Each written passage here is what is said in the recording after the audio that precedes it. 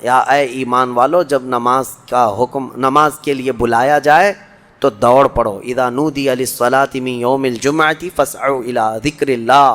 جب جمعہ کی اذان ہو جائے تو خرید و فروخت چھوڑ دو اور دوڑو اللہ کی طرف سے. جمعہ کی اذان کے بعد خرید و فروخت کرنا حرام ہے، حرام ہے. دکانیں کھول کر مت بیٹھے رہو. جمعہ کی اذان ہو گئی وذروا البیع، اللہ نے فرمایا چھوڑ دو خرید و فروخت وغیرہ ساری چیزیں چھوڑ دو. جمعہ کی اذان ہو چکی ہے، تمہیں بلایا گیا بھی، دوڑنا ضروری ہے. دوڑنے کا مطلب اللہ کے ذکر کی طرف آ جاؤ. یہاں تو جمعہ کے لیے لوگ خطبے کے بعد انتظار کرتے رہتے، امام صاحب نماز کے لیے کھڑے ہو جائیں گے تو گھر سے نکلیں گے ہم. خطبہ بھی تمہارے لیے جمعہ کے واجبات میں سے ہے، اس میں ضروری ہے. بہرحال اللہ کریم نے اس میں سورہ جمعہ میں جمعہ کی نماز کے لیے فوراً اپنے ہاں سے نکلنے کا حکم فرمایا. صحابہ کا حال بھی یہی تھا. اور اس کے بعد اللہ فرماتا ہے جب نماز مکمل ہو جائے تو پھیل جاؤ زمین پر اور اللہ کا رزق تلاش کرو.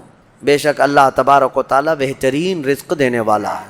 منافقوں کے لیے بھی ایک پوری سورہ آئی ہے، سورۃ المنافقون. اور اللہ نے فرمایا اے محبوب جب آپ کے پاس منافق آئیں اور یوں کہیں گے نشہد انک رسول اللہ، وہ کہیں گے ہم گواہی دیتے ہیں آپ اللہ کے رسول ہیں. واللہ یشہد ان المنافقین لکاذبون، محبوب اللہ گواہی دیتا ہے کہ یہ منافق جھوٹ بولتے ہیں. وہ آپ کے سامنے آ کر کہتے ہیں کہ آپ اللہ کے رسول ہیں، لیکن اللہ گواہی دیتا ہے کہ یہ جھوٹ بولتے ہیں. آپ کو میں ایک بات بتاؤں، ایک جہاد میں حضور صلی اللہ تعالیٰ علیہ وسلم کے صحابہ سب گئے تھے، اس میں منافقین بھی اس وقت شامل ہو جاتے تھے. عبداللہ بن ابی جو منافقوں کا سردار ہے، جو جنگ احد میں 300 لوگوں کو لے کر الگ ہو گیا تھا، ایک غزوے سے واپس آ رہے تھے تو ایک کنویں پر صحابہ میں آپس میں تکرار ہو گئی. یعنی مہاجر صحابی تھے ایک اور ایک مدینے کے تھے، تو مدینے والے اور مکہ والے ان دونوں میں پانی کو نکالنے میں کوئی تکرار ہو گئی. تو وہ جو عبداللہ بن ابی تھا اس نے دیکھا اور کہا ان کی بہت ہو گئی ہے، مدینے میں آ کر کے اب یہ مدینے والوں پر قبضہ کر لیے اور اب تو اتنی ہمت ہو گئی کہ مدینے والوں کے ساتھ لڑائیاں بھی کرنے لگ گئے. تو عبداللہ بن ابی نے بھڑکایا، انصار کو جا کر کے بھڑکا رہا تھا کہ یہ مکہ سے ہجرت کر کے آئے اور دیکھو اب تمہارے لوگوں کو مارنے لگ گئے ہیں، یہ جھگڑنے لگ گئے ہیں. اور اس کے بعد اس نے باتوں میں یہ کہا کہ اب ہم مدینے جائیں گے تو ہم عزت والے لوگ وہاں جتنے ذلیل ہیں سب کو ہم نکالیں گے. اس نے کس کو کہا؟ حضور صلی اللہ علیہ وسلم کو اور ان کے صحابہ جو ہجرت کر کے آئے ان کو کہا جتنے ذلیل لوگ ہیں ہم ان کو نکالیں گے. یہ اس خبیث نے کہا تھا عبداللہ بن ابی نے. یہ باتیں چلنے لگیں اور عبداللہ بن ابی نے یہ کہا تو کچھ لوگوں نے سنا تھا، حضور تک یہ بات آئی نہیں تھی. اب مدینے کی طرف جب یہ قافلہ چلا تو بیچ میں عبداللہ بن ابی کا یہ بیٹے ہیں، عاشق رسول ہیں، باپ منافقوں کا سردار ہے، بیٹا پکا عاشق رسول ہے. مدینے کے باہر ہی اپنے باپ کا راستہ روک کر کھڑے ہو گئے. کہا میں نے سنا ہے کہ تم نے اللہ کے رسول اور ان کے ساتھی جو مہاجرین صحابہ ہیں ان کو کہا کہ ذلیل لوگوں کو تم مدینے سے نکالو گے. عبداللہ بن ابی جھوٹ بولتا تھا بہت. کہا کہ کس نے کہا؟ ایسی بات نہیں ہے، ویسی بات نہیں. تو اس کے بیٹے جو تھے انہوں نے کہا جس نے بھی کہا لیکن مجھے یقین ہے کہ تو نے کہا ہوگا. اپنے باپ سے وہ لڑتے رہے.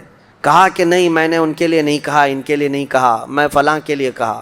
وہ ضد پر کھڑے تھے کہ میں اس وقت تک تجھے مدینے میں داخل ہونے نہیں دوں گا. اپنے باپ کو، مدینہ قریب ہے، اپنے باپ سے کہتے ہیں میں اس وقت تک مدینے میں داخل ہونے نہیں دوں گا جب تک تم اعلاناً یہ نہیں کہو گے کہ تم ذلیل ہو اور رسول اللہ عزت والے ہیں. جب تک تم یہ اعلان کے ساتھ نہیں کہو گے. بیٹا اڑ گیا اور منافقین کا سردار وہ کہنے لگا، حضور پاک صلی اللہ علیہ وسلم کے پاس آ کر شکایت کیا کہ یہ میرا بیٹا ایسا ایسا میرے متعلق کہہ رہا ہے، میں بھلا آپ کی تعریف کرنے والا آدمی، میں آپ کے گن گانے والا آدمی، مجھے یہ ایسا کہہ رہا ہے. تب آیتیں اتری، یہ پورے سورہ منافقون آ گئی. اللہ نے فرمایا یقولون لئن رجعنا الى المدینة لیخرجن الاعز منها الاذل وللہ العزة ولرسولہ وللمؤمنین ولکن المنافقین لا يعلمون. محبوب یہ منافقین کہتے ہیں کہ اگر ہم مدینے لوٹ آئے تو عزت والے لوگ ہم لوگ ان ذلیلوں کو نکالیں گے. خبردار، عزت اللہ کی ہے، عزت رسول کی ہے اور عزت ایمان والوں کی ہے. اور منافقین اس بات سے بے خبر ہیں، ان کو پتہ نہیں عزت کہاں ہے. نبی پاک صلی اللہ علیہ وسلم نے یہ آیت تلاوت فرمائی. پھر اس کے بعد اس منافقین کے سردار نے خوب چیخ چیخ کر کے کہا لوگوں سنو کان کھول کر کے، ہم ذلیل ہیں اور محمد اللہ کے رسول عزت والے ہیں.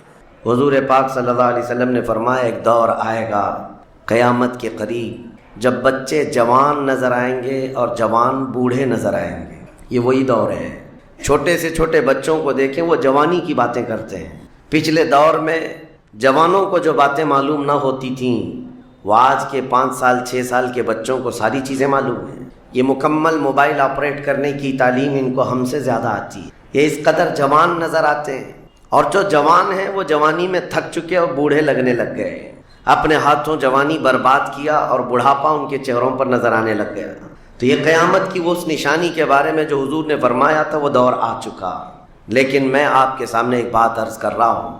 تم بیٹھو گے تو بھی زندگی گزرے گی، لیٹو گے تو بھی گزرنی ہے، دوڑو گے تو بھی گزرنی ہے. فیصلہ تمہارے پاس ہے. زندگی یوں گزر جائے گی اور پھر وعدہ الہی آ جائے گا جس کو اللہ نے فرمایا ہر نفس کو موت کا مزہ چکھنا ہے، دنیا سے جانا ہے، اور تمہارا جو کچھ بھی اجر ہے اللہ کے ہاں قیامت کے دن دیا جائے گا. اور پھر جو شخص دوزخ سے بچا لیا گیا اور جنت میں داخل ہوا وہی سب سے کامیاب زندگی گزارا. کامیاب ہے کون؟ وہ قیامت کے دن پتہ چلے گا. ہمارا دوزخ سے بچ جانا اور جنت میں داخل ہو جانا یہی کامیابی ہے. اور اللہ تعالیٰ فرماتا ہے وَمَا الْحَيَاةُ الدُّنْيَا إِلَّا مَتَاعُ الْغُرُورِ. میرے اس پورے عنوان کا یہ حصہ اہم ہے. اللہ فرماتا ہے اور دنیا سوائے دھوکے کے سامان کے کچھ نہیں. جس نے دنیا بنائی وہ خود فرما رہا ہو، جو اس کائنات کا خالق ہے وہ خود فرما رہا ہو یہ دنیا دھوکے کے سامان کے علاوہ کچھ نہیں. یعنی یہاں پر انسان اکثر دھوکہ کھا جاتا ہے. دھوکے کا مطلب یہ نہیں ہے کسی دوست سے دھوکہ کھا رہا ہے، بلکہ وہ پوری اپنی زندگی میں دھوکہ کھایا ہوا ہے. جس چیز کو اسے حاصل کرنا تھا دنیا نے اس کا منہ موڑ کر کسی اور چیز میں لگا دیا ہے. یہ دھوکہ نہیں ہے تو اور کیا ہے؟ میں آپ کو ایک بات بتا دوں. آپ گھر سے نکلے تھے، سامان سب باندھ کر کے دلی جا رہے تھے. اسٹیشن پر کسی نے پکڑ لیا اور کہا آؤ چلو میں تمہیں ٹرین میں بٹھا دیتا ہوں، اور اس نے تمہیں دلی کی ٹرین کی بجائے تمہیں مدراس کی چنئی کی ٹرین میں بٹھا دیا. بیٹھ گئے تم. مجھے بتاؤ یہ دھوکہ ہوا کہ نہیں ہوا تمہارے ساتھ؟ بہت بڑا دھوکہ ہوا کہ منزل تمہاری کہیں اور تھی، تم کہیں اور چل پڑے. دیکھنے کو ٹرین سیم دکھ رہی تھی، تم نے اس کی بات کا یقین کیا اور بیٹھ گئے، اور جب پہنچے تو پتہ چلا نہیں میں تو دلی پہنچا ہی نہیں، میں چنئی آ گیا. زندگیاں اسی طرح سے گزر رہی ہیں. تم جس راستے پر چل رہے تھے اصل تمہاری منزل مدینہ طیبہ ہے. تمہارا سفر حضور پاک کے قدموں تک پہنچنا ہے، لیکن ایرا غیرہ آتا ہے اور تمہیں کسی دوسرے ٹریک پر ڈالتا ہے اور تم چل پڑتے ہو اس کی بات پر. اسی لیے قرآن نے کہا یہ دھوکے کے علاوہ کچھ نہیں ملتا یہاں پر. دنیا اور دنیا داروں پر تم کبھی بھروسہ نہ کرنا. تم اپنی منزل پر ہمیشہ توجہ رکھنا. تمہاری منزل یہ نہیں ہے. اسی لیے شاعر نے کہا تھا غلط روی سے منازل کا بعد بڑھتا ہے، مسافروں روش کارواں بدل ڈالو. تم ٹیڑھے میڑے چلتے رہو گے تو منزل لمبی ہو جائے گی، فاصلہ دور ہو جائے گا. اس لیے چلنے کا طریقہ بدل ڈالو، تمہارا سفر آسان بھی ہو جائے گا اور منزل جلدی پہنچ جاؤ گے.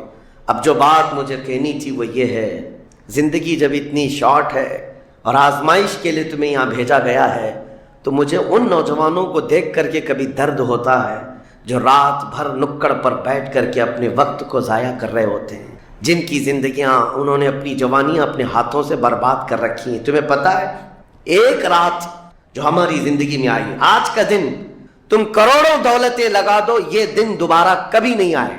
تمہاری زندگی میں کیا قیامت تک واپس نہیں آنا ہے اس دن کو. دنیا چل پڑی ہے، پیچھے کی طرف کبھی نہیں آئے گی.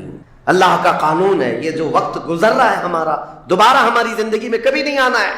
لیکن کتنے مزے سے، کتنے ٹھاٹ باٹ سے نوجوان، ہاتھ میں کچھ نہیں، آس پاس کچھ نہیں، عمل بھی کچھ نہیں، ایسے بے فکرے ہو کر کے زندگی گزارتے ہیں. تو سوچنا پڑتا ہے جس امت کو پوری دنیا آگ میں جھلسا چکی ہو، پوری دنیا اس امت کو اپنے نشانے پر رکھی ہو، اس امت کا غیور نوجوان رات بھر گیم کھیلتے ہوئے گزارتا ہے، اسے کسی چیز کا احساس نہیں.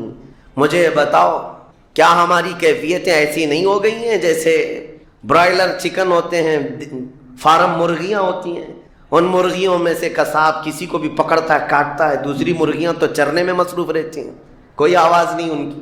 ایک مرغی کٹی، دوسری مرغی کٹی، وہ کٹتی چلی جاتی ہیں، باقی مرغیوں کو کسی چیز کا احساس نہیں۔ کیا یہ زندگی گزارنے کے ایسے طریقے نہیں ہو گئے آج؟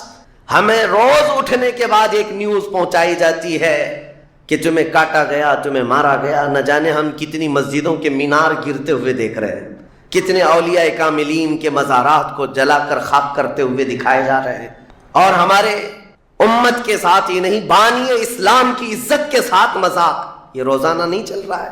یہ تمام حالات کے بعد اب مجھے فکر اس بات کی ہوتی ہے، میاں جب ہمارے گھر میں جنازہ رکھا ہوتا ہے تو ہم کھانا تک نہیں بناتے چولہے پر گھر کے اندر، اور جب امت پر ایسے حالات گزر رہے ہوں تو کیا اس نوجوان کو یہ زیب دیتا ہے کہ وہ عیاشی میں رات گزارے؟ کیا اسے یہ زیب دیتا ہے کہ وہ نکڑ پر بیٹھ کر پوری رات کو تباہی کے اڈے پر گزارے؟ تمہارے ہاتھ میں تاش کے پتے، تمہارے ہاتھ میں شراب کی بوتلیں کیسے آ گئیں؟ یہ امت وہ ہے، تمہیں میں بتاؤں، جنگ تبوک ایک جنگ ایسی ہے حضور پاک صلی اللہ تعالیٰ علیہ وسلم کی زندگی پاک میں 900 کلومیٹر کا فاصلہ ہے مدینہ طیبہ سے۔ ہوا یہ تھا کہ ایک صحابی رسول حضور صلی اللہ تعالیٰ علیہ وسلم کے قاصد بن کر جا رہے تھے، اور بیچ راستے میں ایک عیسائی بادشاہ کے گنڈوں نے اس صحابی رسول کو گرفتار کیا اور ان کو ٹکڑے ٹکڑے کر قتل کر دیا۔ موب لنچنگ اس زمانے میں بھی ہو رہی ہوتی۔ یہ خبر جیسے ہی مدینہ طیبہ پہنچی، وہ لوگ ایسے نہیں تھے کہ انا للہ پڑھ کر خاموش ہو جاتے ہیں۔ صحابہ کرام کا جم غفیر مدینے میں جمع ہوا، عرض کیا یا رسول اللہ صلی اللہ علیہ وسلم آپ کا حکم کیا ہے؟ نبی کریم صلی اللہ تعالیٰ علیہ وسلم نے صحابہ کرام کو بھیجا، اس میں سپہ سالار کی تعداد کئی صحابہ کی تھی، اور جب یہ لشکر جرار مدینہ طیبہ سے نکلا 900 کلومیٹر دور چھل کر کے گئے، اور وہاں جا کر کے جن لوگوں نے حضور کے ایک غلام پر ہاتھ اٹھایا تھا ان کے بخیے کھڑا کر دیے، اور ان کو الٹ پلٹ کر کے آئے اور لوگوں کو یہ میسج دیا تھا کبھی حضور کے غلاموں کی طرف چھیڑخانی نہ کرنا ورنہ پورا مدینہ باہر آ جائے گا۔ یہ یونٹی، یہ اتحاد، ان کے اندر یہ احساس میرے آقا صلی اللہ تعالیٰ علیہ وسلم نے پیدا کر رکھا تھا کہ کل مؤمن جسد واحد۔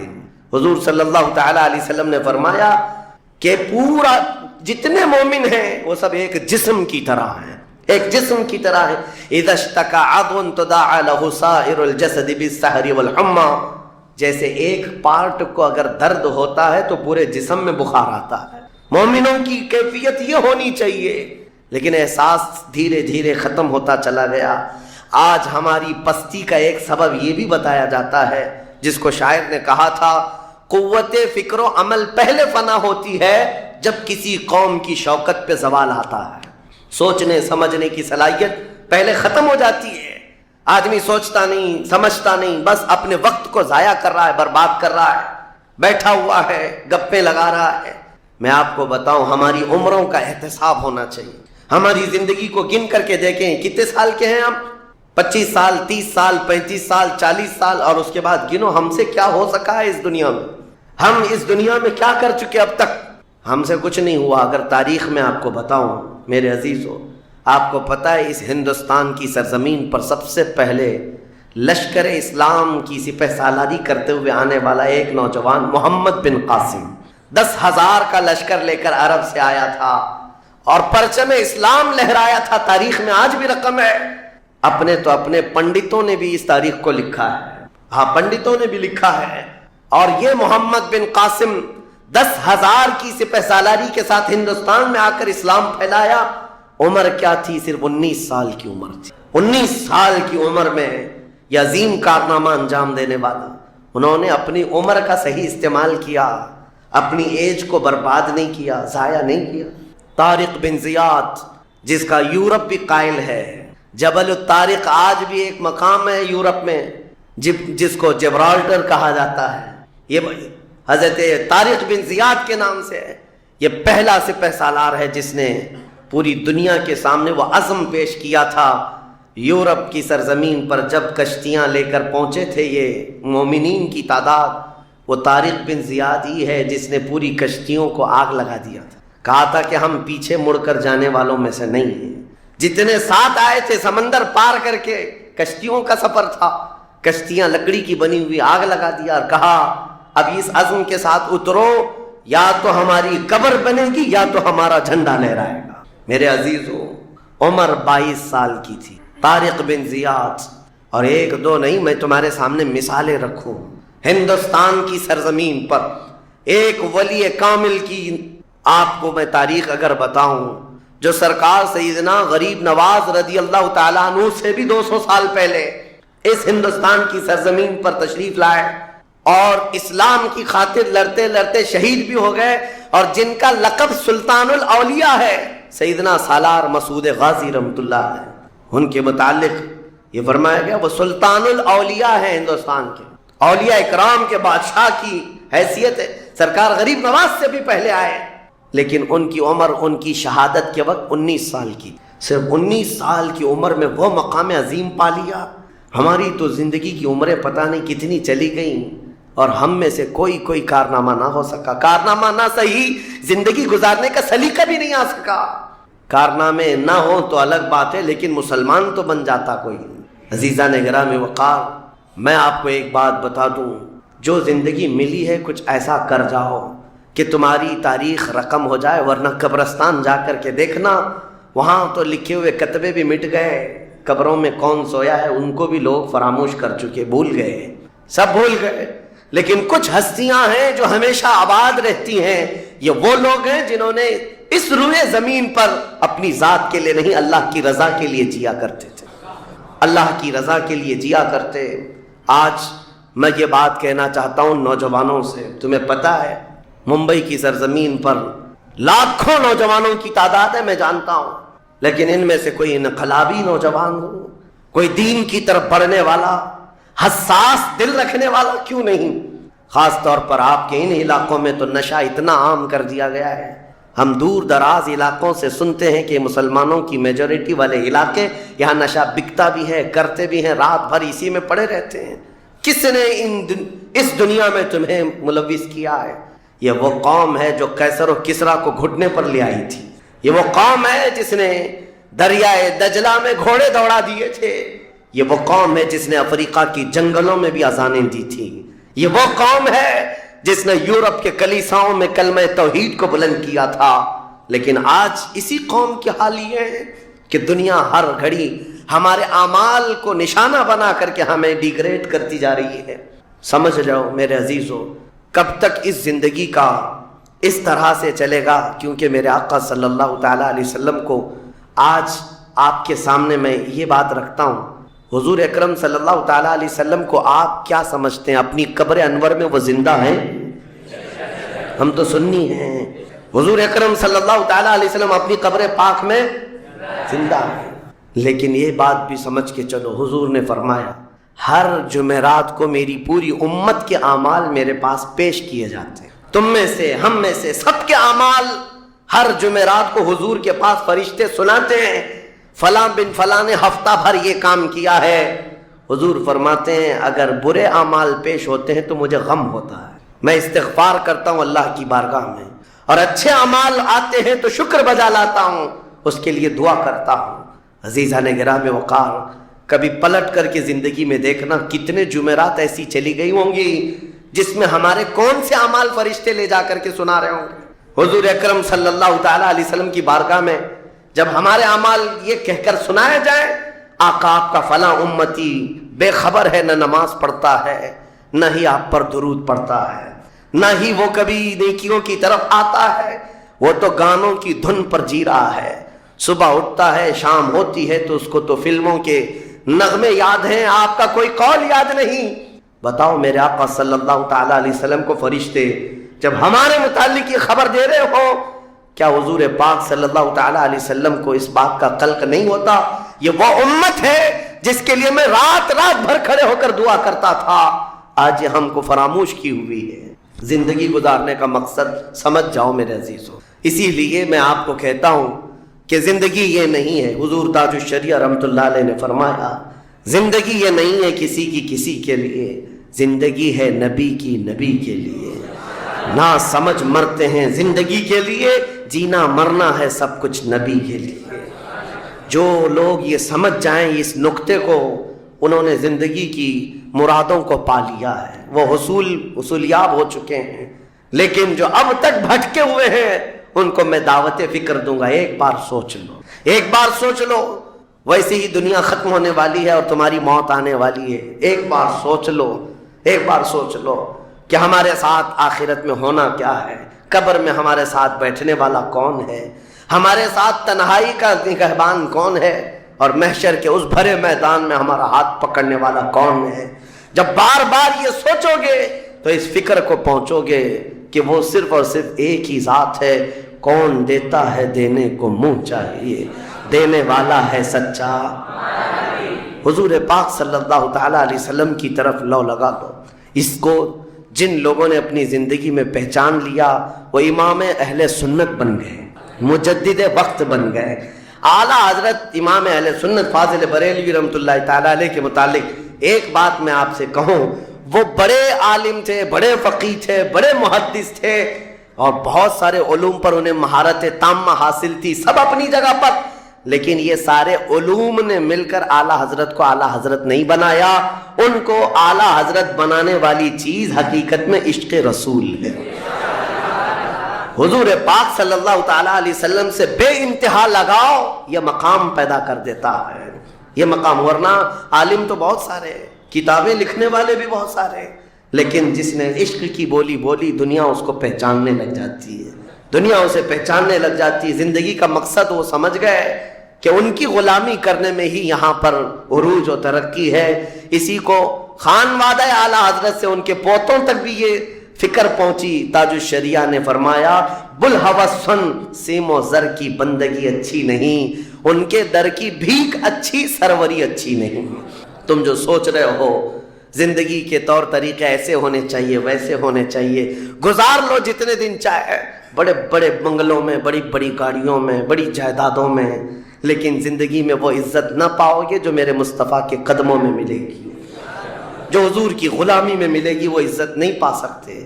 عزیزان گرامی وقار, نبی کریم صلی اللہ تعالیٰ علیہ وسلم کے ان صحابہ کو دیکھتے ہیں جنہوں نے زندگی کو ضائع نہیں کیا, ایک پل بھی ضائع نہیں کیا. آج میں آپ کو اسی لیے کہہ رہا ہوں, موت آنے والی ہے, اس سے پہلے ایک وقت بھی, ایک لمحہ بھی ضائع ہونے مت دینا, برباد ہونے مت دینا.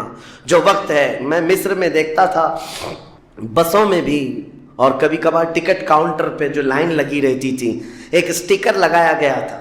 اکثر جگہوں پر یہ اسٹیکر پڑھنے کو ملتا تھا, اجعلوا الانتظار فی الاستغفار.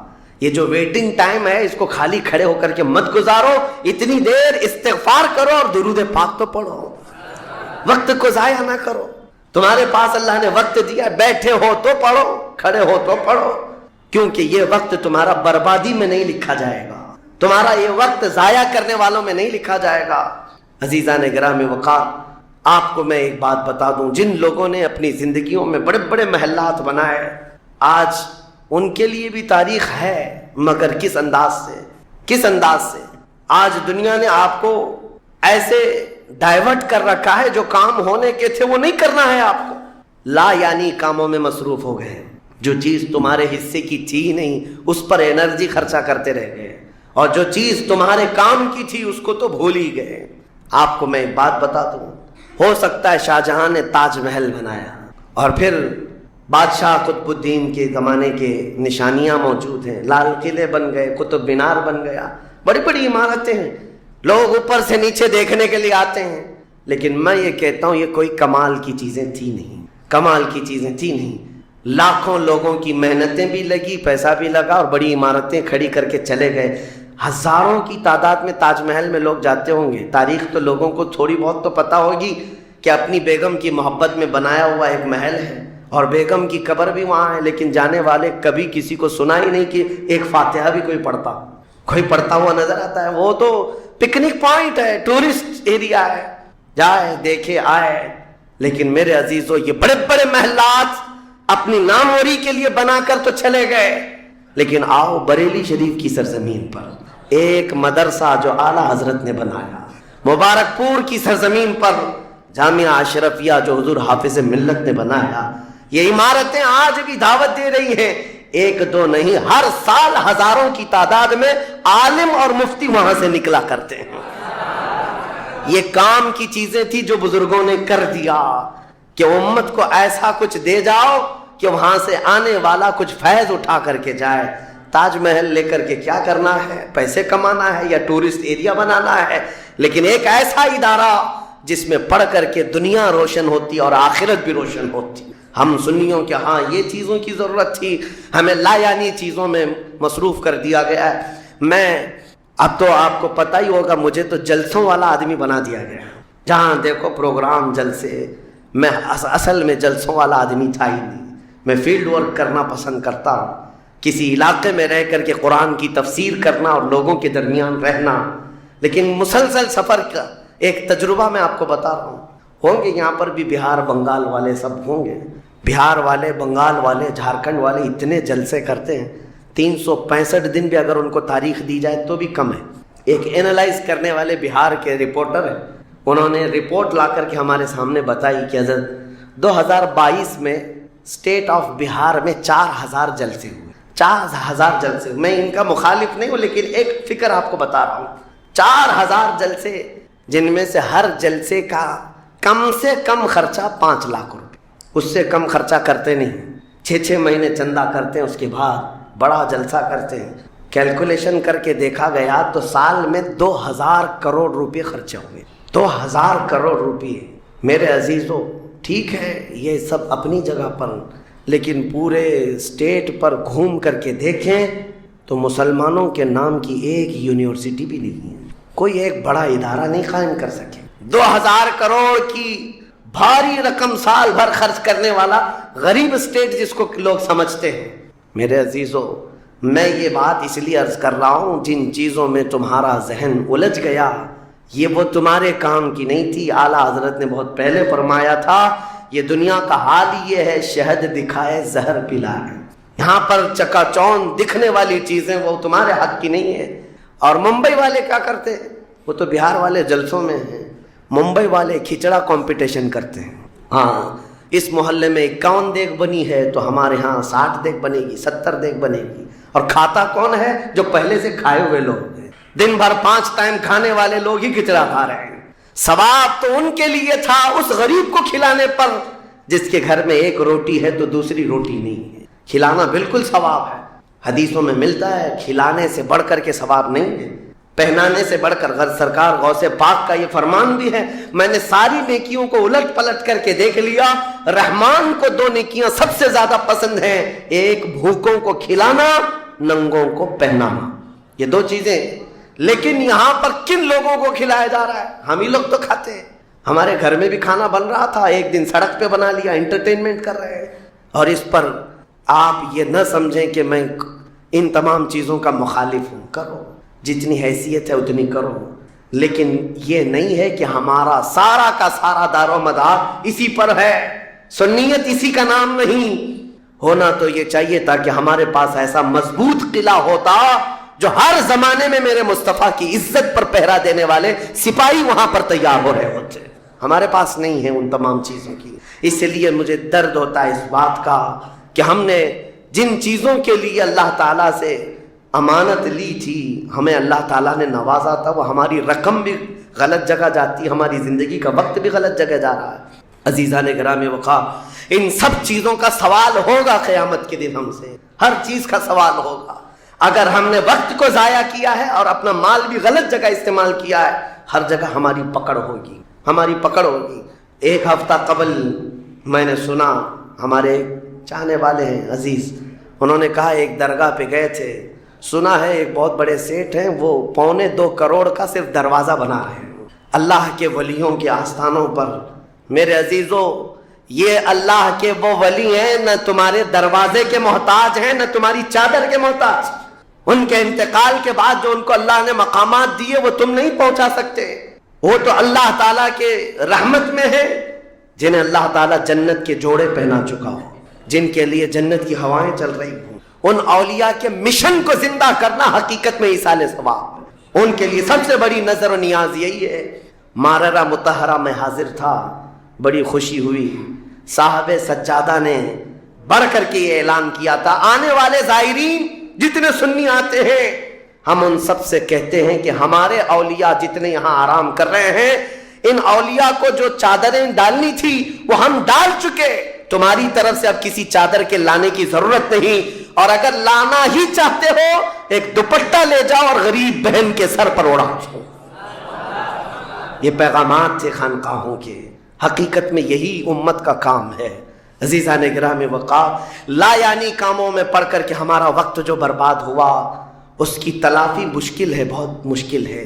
اس لیے میں صرف یہ میسج دینا چاہوں گا کہ زندگی کے اس پوائنٹ پر آج ہم آ چکے ہیں جہاں آندھیاں، طوفان، ہر طرح سے ایک بہت بڑی آزمائش میں ہم گرفتار ہیں۔ کن کن چیزوں کا علاج کیا جائے سمجھ میں نہیں آتا۔ کبھی کبھار میں بیٹھ کر سوچتا ہوں گھر میں اگر گیس کا پائپ بھی لیک ہو گیا، آگ بھی لگی ہے، پانی کا پورا فوارہ بھی آ رہا ہو، کچرا بھی گرا ہو، تو آدمی سوچنے لگ جاتا ہے کس چیز کو روکوں، پانی کو روکوں، گیس کو روکوں، آگ کو روکوں، کچرا اٹھاؤں، کیا کروں سمجھ میں نہیں آتا۔ یہ حالات آج ہمارے ساتھ ایسے ہی ہو گئے، ہم کن کن چیزوں کا مقابلہ کریں سمجھ میں نہیں آتا۔